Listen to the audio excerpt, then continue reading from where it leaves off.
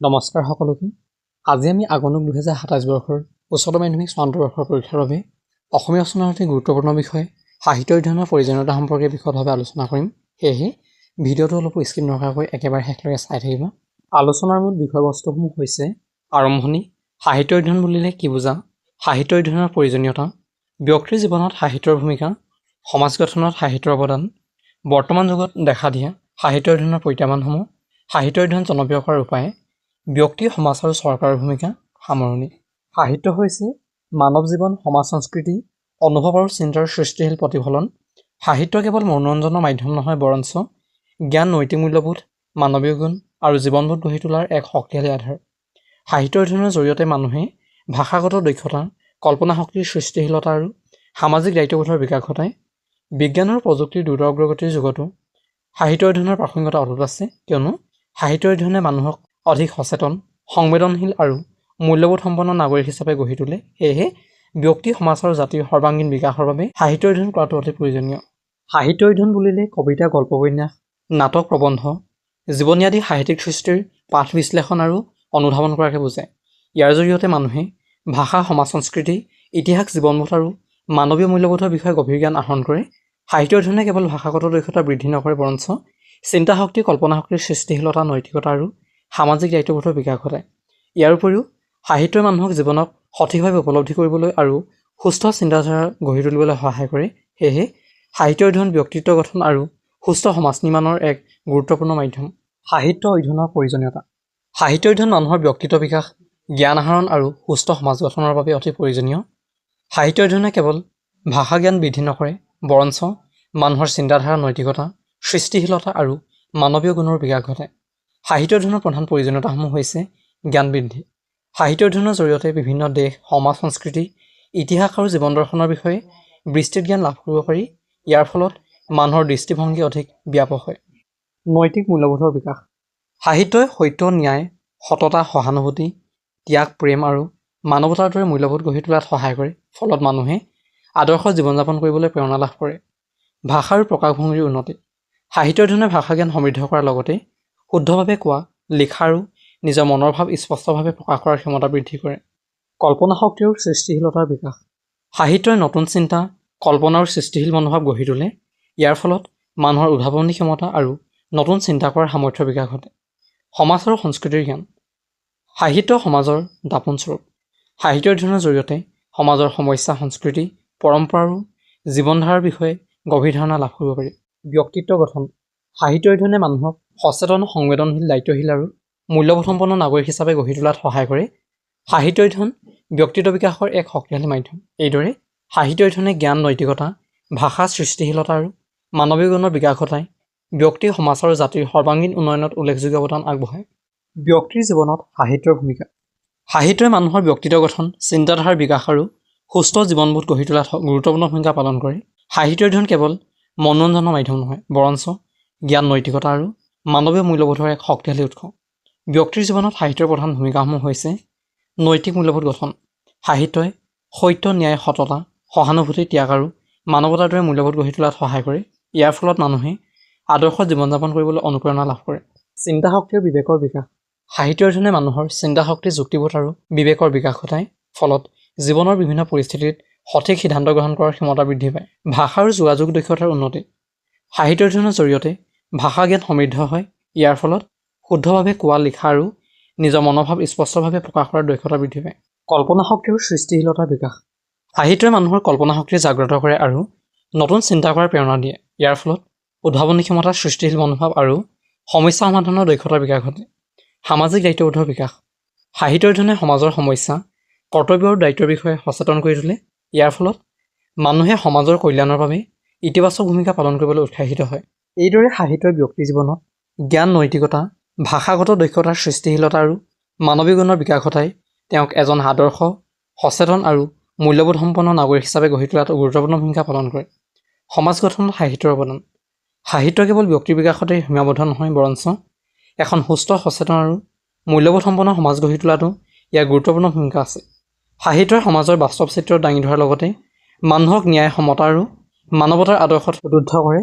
সমাজ গঠনত সাহিত্যৰ প্ৰধান অৱদানসমূহ হৈছে সামাজিক সচেতনতা বৃদ্ধি। সাহিত্যই সমাজৰ বিভিন্ন সমস্যা, কুসংস্কাৰ বৈষম্য আৰু অন্যায় সম্পৰ্কে মানুহক সচেতন কৰি তোলে। ইয়াৰ ফলত সামাজিক সংস্কাৰ আৰু ইতিবাচক পৰিৱৰ্তনৰ পথ সুগম হয়। মানৱীয় মূল্যবোধৰ বিকাশ সাহিত্যই প্ৰেম সহানুভূতি ভাতৃত্ববোধ সহিষ্ণুতা আৰু মানৱতাৰ দৰে গুণসমূহৰ বিকাশ ঘটায়। ফলত সমাজত সুস্থ সম্পৰ্ক আৰু পাৰস্পৰিক সহযোগিতাৰ মনোভাৱ গঢ়ি উঠে। সংস্কৃতি আৰু ঐতিহ্য সংৰক্ষণ সাহিত্যই সমাজ এখনৰ ভাষা সংস্কৃতি লোক পৰম্পৰা আৰু ঐতিহ্য সংৰক্ষণ কৰি নতুন প্ৰজন্মৰ মাজলৈ আগবঢ়াই নিয়ে, যাৰ ফলত জাতীয় পৰিচয় আৰু সাংস্কৃতিক ঐক্য আৰু অধিক সুদৃঢ় হয়। শিক্ষা আৰু জ্ঞানৰ প্ৰসাৰ সাহিত্যৰ মাধ্যমেৰে সমাজত জ্ঞান শিক্ষা আৰু সুস্থ চিন্তাধাৰাৰ প্ৰসাৰ ঘটে, যিয়ে মানুহক যুক্তিবাদী সচেতন আৰু দায়িত্বশীল নাগৰিক হিচাপে গঢ়ি তোলে। সুস্থ সমাজ নিৰ্মাণ সাহিত্যই ন্যায় সমতা শান্তি আৰু সম্প্ৰীতিৰ আদৰ্শ প্ৰচাৰ কৰে। ইয়াৰ ফলত সমাজত ঐক্য পাৰস্পৰিক সহযোগিতা আৰু সামাজিক সম্প্ৰীতি আৰু অধিক সুদৃঢ় হয়। এইদৰে সাহিত্যই সামাজিক সচেতনতা নৈতিক মূল্যবোধ শিক্ষা সংস্কৃতি আৰু মানৱতাৰ বিকাশ ঘটায় এখন সুস্থ প্ৰগতিশীল আৰু আদৰ্শ সমাজ গঢ়ি তোলাত উল্লেখযোগ্য অৱদান আগবঢ়ায়। এতিয়া আমি বৰ্তমানৰ যুগত দেখা দিয়া সাহিত্য অধ্যয়নৰ প্ৰত্যাহ্বানসমূহ আলোচনা কৰিম। বৰ্তমানৰ বিজ্ঞান আৰু প্ৰযুক্তিৰ দ্ৰুত অগ্ৰগতিৰ যুগত সাহিত্য অধ্যয়নে বিভিন্ন প্ৰত্যাহ্বানৰ সন্মুখীন হৈছে। ডিজিটেল মাধ্যমৰ প্ৰভাৱ ব্যস্ত জীৱনশৈলী আৰু পঢ়াৰ অভ্যাস হ্ৰাস পোৱাৰ ফলত সাহিত্যৰ প্ৰতি আগ্ৰহ কিছু পৰিমাণে কমি আহিছে। সাহিত্য অধ্যয়নৰ প্ৰধান প্ৰত্যাহ্বানসমূহ হৈছে ডিজিটেল মাধ্যমৰ অত্যাধিক প্ৰভাৱ মোবাইল ফোন সামাজিক মাধ্যম আৰু অনলাইন মনোৰঞ্জনৰ প্ৰতি অধিক আকৰ্ষণৰ ফলত বহুতেই সাহিত্য পঢ়াত কম সময় ব্যয় কৰে, ফলত পঢ়াৰ অভ্যাস ক্ৰমান্বয়ে হ্ৰাস পাইছে। বৰ্তমান সময়ত বহু শিক্ষাৰ্থীয়ে কেৱল পৰীক্ষামুখী অধ্যয়নত অধিক গুৰুত্ব আৰোপ কৰে, ফলত সাহিত্য পঢ়াৰ আগ্ৰহ আৰু নিয়মীয়াকৈ পাঠ অধ্যয়ন কৰাৰ অভ্যাস ক্ৰমান্বয়ে কমি আহিছে। ব্যস্ত জীৱনশৈলী আধুনিক জীৱনৰ ব্যস্ততাৰ বাবে বহুতে সাহিত্য অধ্যয়নৰ বাবে পৰ্যাপ্ত সময় উলিয়াব নোৱাৰে, ফলত সাহিত্য চৰ্চা সীমিত হৈ পৰিছে। বিদেশী ভাষা আৰু সংস্কৃতিৰ প্ৰভাৱ বিদেশী ভাষা আৰু সংস্কৃতিৰ প্ৰভাৱ বৃদ্ধি পোৱাৰ ফলত বহুতে মাতৃভাষাৰ সাহিত্যৰ প্ৰতি আগ্ৰহ হেৰুৱাইছে। ইয়াৰ ফলত স্থানীয় সাহিত্য আৰু সাংস্কৃতিক ঐতিহ্য ক্ষতিগ্ৰস্ত হোৱা দেখা গৈছে। গ্ৰন্থগাৰ আৰু সাহিত্য চৰ্চাৰ অনুকূল পৰিৱেশৰ অভাৱ বহু ঠাইত উন্নত গ্ৰন্থগাৰ সাহিত্য সভা আৰু পাঠদানৰ সংস্কৃতিৰ অনুকূল পৰিৱেশৰ অভাৱ দেখা গৈছে, ফলত সাহিত্য অধ্যয়ন আৰু সাহিত্যৰ চৰ্চা বাধাগ্ৰস্ত হৈছে। এইদৰে বৰ্তমান যুগত সাহিত্য অধ্যয়নে বিভিন্ন প্ৰত্যাহ্বানৰ সন্মুখীন হৈছে। সেয়েহে পঢ়াৰ অভ্যাস গঢ়ি তোলা সাহিত্য চৰ্চা বৃদ্ধি কৰা আৰু মাতৃভাষা সাহিত্যৰ প্ৰতি আগ্ৰহ জাগ্ৰত কৰাটো অতি প্ৰয়োজনীয়। সাহিত্য অধ্যয়ন জনপ্ৰিয় কৰাৰ উপায় বৰ্তমান যুগত সাহিত্য অধ্যয়নৰ প্ৰতি আগ্ৰহ বৃদ্ধি কৰিবলৈ ব্যক্তি শিক্ষা প্ৰতিষ্ঠান সমাজ আৰু চৰকাৰে সমন্বিতভাৱে পদক্ষেপ গ্ৰহণ কৰাটো অতি প্ৰয়োজনীয়। উপযুক্ত পৰিৱেশ উৎসাহ আৰু আধুনিক সুবিধাৰ জৰিয়তেহে নতুন প্ৰজন্মৰ মাজত সাহিত্য চৰ্চা অধিক জনপ্ৰিয় কৰি তুলিব পাৰি। সাহিত্য অধ্যয়ন জনপ্ৰিয় কৰাৰ কিছুমান গুৰুত্বপূৰ্ণ উপায় হৈছে পঢ়াৰ অভ্যাস গঢ়ি তোলা শৈশৱৰ পৰাই শিক্ষাৰ্থীসকলৰ মাজত নিয়মীয়া পঢ়াৰ অভ্যাস গঢ়ি তুলিব লাগে। ইয়াৰ ফলত সাহিত্যৰ প্ৰতি আগ্ৰহ আৰু ভাল প্ৰভাৱ বৃদ্ধি পায়। বিদ্যালয় আৰু মহাবিদ্যালয়ত সাহিত্য চৰ্চা বৃদ্ধি বিদ্যালয় আৰু মহাবিদ্যালয়ত সাহিত্য সভা আবৃত্তি গল্প কবিতা পাঠ ৰচনা প্ৰতিযোগিতা আদি নিয়মীয়াকৈ আয়োজন কৰিব লাগে। ইয়াৰ ফলত শিক্ষাৰ্থীসকল সাহিত্যৰ প্ৰতি অধিক আগ্ৰহী হ'ব। গ্ৰন্থগাৰ উন্নয়ন উন্নত গ্ৰন্থগাৰ প্ৰতিষ্ঠা কৰাৰ লগতে গুণগত মানসম্পন্ন গ্ৰন্থ সহজলভ্য কৰি তুলিব লাগে। ইয়াৰ ফলত সাহিত্য অধ্যয়নৰ অনুকূল পৰিৱেশ সৃষ্টি হ'ব। ডিজিটেল মাধ্যমৰ ইতিবাচক ব্যৱহাৰ ই বুক অডিঅ' বুক অনলাইন সাহিত্য আলোচনী আৰু ডিজিটেল প্লেটফৰ্মৰ মাধ্যমেৰে সাহিত্য অধিক সংখ্যক পাঠকৰ ওচৰলৈ লৈ যাব লাগে। ইয়াৰ ফলত নতুন প্ৰজন্মৰ সাহিত্যৰ প্ৰতি আগ্ৰহ বৃদ্ধি পাব। মাতৃভাষাৰ সাহিত্যৰ প্ৰচাৰ মাতৃভাষাৰ সাহিত্য পঢ়া লিখা আৰু চৰ্চাৰ ওপৰত অধিক গুৰুত্ব দিব লাগে। ইয়াৰ ফলত ভাষা সংস্কৃতি আৰু সাহিত্যিক ঐতিহ্য সংৰক্ষিত হোৱাৰ লগতে নতুন প্ৰজন্মৰ মাজত মাতৃভাষাৰ প্ৰতি শ্ৰদ্ধাবোধ বৃদ্ধি পাব। সাহিত্যিকসকলক উৎসাহ আৰু স্বীকৃতি প্ৰদান কৰা সাহিত্যিক লেখক আৰু নতুন প্ৰতিভাসমূহক পুৰস্কাৰ সন্মান আৰু বিভিন্ন সুযোগ সুবিধা প্ৰদান কৰিব লাগে। ইয়াৰ ফলত সাহিত্যৰ সৃষ্টিৰ প্ৰতি উৎসাহ বৃদ্ধি পাব। এইদৰে উপযুক্ত পৰিকল্পনা জনসচেতনতা আৰু সমন্বিত প্ৰচেষ্টাৰ মাধ্যমেৰে সাহিত্য অধ্যয়ন অধিক জনপ্ৰিয় কৰি তুলি জ্ঞান সমৃদ্ধ মূল্যবোধ সম্পন্ন আৰু সৃষ্টিশীল সমাজ গঢ়ি তোলা সম্ভৱ হ'ব। ব্যক্তি সমাজ তথা চৰকাৰৰ ভূমিকা সাহিত্য অধ্যয়নক জনপ্ৰিয় কৰি তোলা আৰু সাহিত্য সংস্কৃতিৰ ধাৰাবাহিক বিকাশ নিশ্চিত কৰাৰ ক্ষেত্ৰত ব্যক্তি সমাজ আৰু চৰকাৰ সকলোৰে সমানে দায়িত্ব আছে। সমন্বিত প্ৰচেষ্টাৰ মাধ্যমেৰেহে সাহিত্য চৰ্চাৰ অনুকূল পৰিৱেশ গঢ়ি তোলা সম্ভৱ হ'ব।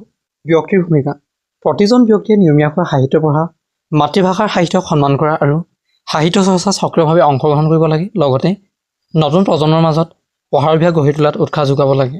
সমাজৰ ভূমিকা সমাজে সাহিত্য সভা গ্ৰন্থমেলা আবৃত্তি গল্প কবিতা পাঠ ৰচনা প্ৰতিযোগিতা আদি আয়োজন কৰি সাহিত্য চৰ্চাৰ অনুকূল পৰিৱেশ সৃষ্টি কৰিব লাগে। ইয়াৰ ফলত সাহিত্যৰ প্ৰতি জনসচেতনতা আৰু আগ্ৰহ বৃদ্ধি পাব। চৰকাৰৰ ভূমিকা। চৰকাৰে গ্ৰন্থাগাৰ উন্নয়ন, সাহিত্যিকসকলক উৎসাহ আৰু স্বীকৃতি প্ৰদান, সাহিত্য প্ৰকাশৰ সুবিধা বৃদ্ধি আৰু মাতৃভাষা সাহিত্যৰ সংৰক্ষণ আৰু প্ৰচাৰৰ বাবে ফলপ্ৰসূ পদক্ষেপ গ্ৰহণ কৰিব লাগে। লগতে বিদ্যালয় মহাবিদ্যালয়ত সাহিত্যৰ চৰ্চাক আৰু অধিক উৎসাহিত কৰিব লাগে। সমন্বিত প্ৰচেষ্টাৰ প্ৰয়োজন। সাহিত্যৰ বিকাশ কেৱল এজন ব্যক্তি বা এটা প্ৰতিষ্ঠানৰ দায়িত্ব নহয়। ব্যক্তি, সমাজ আৰু চৰকাৰে সমন্বিতভাৱে দায়িত্ব পালন কৰিলেহে সাহিত্য অধ্যয়ন অধিক জনপ্ৰিয় হ'ব আৰু এখন জ্ঞান সমৃদ্ধ, মূল্যবোধ সম্পন্ন, সাংস্কৃতিকভাৱে সমৃদ্ধ আৰু প্ৰগতিশীল সমাজ গঢ়ি তোলা সম্ভৱ হ'ব। এইদৰে ব্যক্তি, সমাজ আৰু চৰকাৰৰ সমন্বিত প্ৰচেষ্টাই সাহিত্য অধ্যয়নৰ প্ৰসাৰ, ভাষা সংস্কৃতিৰ সংৰক্ষণ আৰু এখন সুস্থ, সচেতন, মূল্যবোধ সম্পন্ন আৰু প্ৰগতিশীল সমাজ গঢ়ি তোলাত গুৰুত্বপূৰ্ণ ভূমিকা পালন কৰিব। সামৰণিত ইয়াকে ক'ব পাৰি যে সাহিত্য অধ্যয়ন কেৱল জ্ঞান আহৰণৰ মাধ্যম নহয়, ই মানুহৰ ব্যক্তিত্ব বিকাশ, নৈতিক মূল্যবোধ গঠন আৰু সুস্থ সমাজ নিৰ্মাণৰ এক শক্তিশালী ভিত্তি। সাহিত্যৰ মাধ্যমেৰে মানুহে জীৱন, সমাজ সংস্কৃতি আৰু মানৱতাৰ গভীৰ উপলব্ধি লাভ কৰে। বৰ্তমানৰ বিজ্ঞান আৰু প্ৰযুক্তি নিৰ্ভৰ যুগতো সাহিত্যৰ প্ৰাসংগিকতা অটুট আছে। সেয়েহে সাহিত্য অধ্যয়নৰ প্ৰতি আগ্ৰহ বৃদ্ধি, মাতৃভাষাৰ সাহিত্যৰ সংৰক্ষণ আৰু সাহিত্য চৰ্চাৰ অনুকূল পৰিৱেশ গঢ়ি তোলাৰ বাবে ব্যক্তি, সমাজ আৰু চৰকাৰে সমন্বিতভাৱে দায়িত্ব পালন কৰিব লাগে। তেতিয়াহে এখন জ্ঞান সমৃদ্ধ, মূল্যবোধ সম্পন্ন, সাংস্কৃতিকভাৱে সমৃদ্ধ আৰু প্ৰগতিশীল সমাজ গঢ়ি তোলা সম্ভৱ হ'ব। আজিৰ আলোচনাৰ ইমানতে অন্ত পৰিছে। ভিডিঅ'টো একেবাৰে শেষলৈকে চোৱাৰ বাবে ধন্যবাদ সকলোকে। আকৌ লগ পাম পৰৱৰ্তী ভিডিঅ'ত আন এক গুৰুত্বপূৰ্ণ বিষয়বস্তুৰ সৈতে।